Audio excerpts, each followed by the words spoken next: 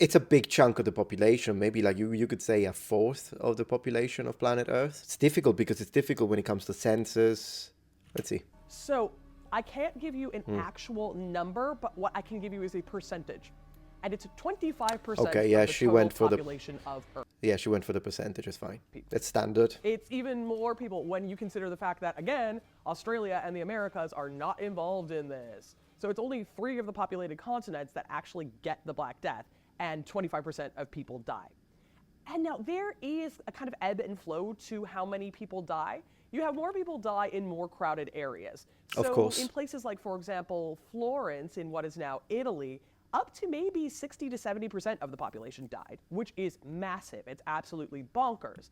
Similarly, places like Baghdad had really high levels of death. But then you know, if you are in a village out in the countryside and no one makes their way through, Yeah. you might get away with it. It might be a little bit less bad. And That's a very good point. I like that. I like that very much. There is a massive difference between rural context and the city context in the medieval period. And this, of course, applies to the spread of an infectious disease in this case, but it does also apply to a lot of different things. Whenever we talk about life in the medieval period, you really have to specify in a city, in a castle, or in the rural area, because things will be monumentally different. Your lifestyle difficulties and safety and lots of things will be different. So I like that she kind of divided the two realities of medieval world, which were a lot more distant than they would be today up to a certain extent. Kind of depends how you look at it. Even today, though, there is a massive difference if you live in freaking Tokyo or New York or if you live out in the country. But then again, there is the spread of technology. Even if you live out in the country, you can have TV, internet access. But in the medieval period, the difference would have been monumental between living in a city and living in a small little village in the countryside. One thing, though, she did say Florence in what is now Italy. It was Italy back then, too. I know what you're gonna do now. You're gonna jump into the type.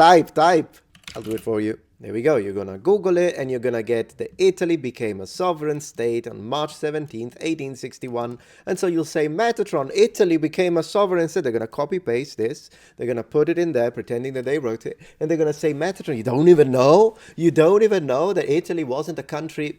Okay. Not trying to strawman the professor, she didn't say that, but I do want to underline, yes, Italy became a modern unified nation and a sovereign state in 1861. However, Italia, the same word that we use to identify Italy, both today in a political sense and in a geographical sense, was used in the medieval period to identify the entirety of the Italian peninsula, including the islands. So even though it wasn't used in a political sense, it was Italy in a geographical sense, and there is nothing wrong saying that.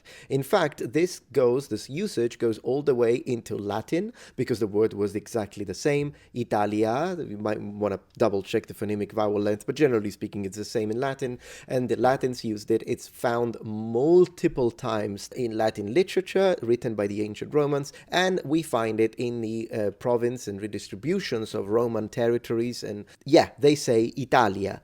And even though at the beginning of the Republic, by Italia, they mostly just meant the center of Italy, this in late Republic is expanded to the north, to the Alps, to the south, and to the islands. So by the time of the Roman Empire, if you said Italia, you meant Sicily, you meant Italy, you meant the Alps, you meant Sardinia.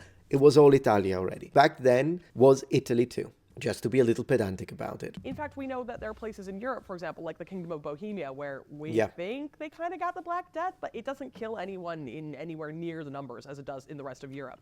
Oh, we don't know why. We have absolutely no idea. But it's a huge and brutal thing, you know, to the point where you Yeah. have entire towns just completely collapsed, Wiped where out, there are yeah. not enough people left alive to keep it running, so they just wander away. It is a really severe epidemic. And, you know, as people who've just lived through one, think about it being, you know, 20 times worse than that.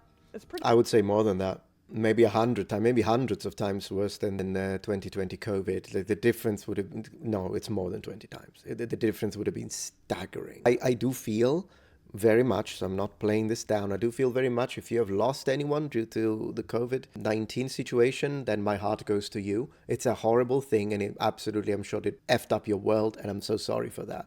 But now I'm just contextualizing cold facts from a historical perspective. So without downplaying anything, in comparison, the pandemic we went through was a joke.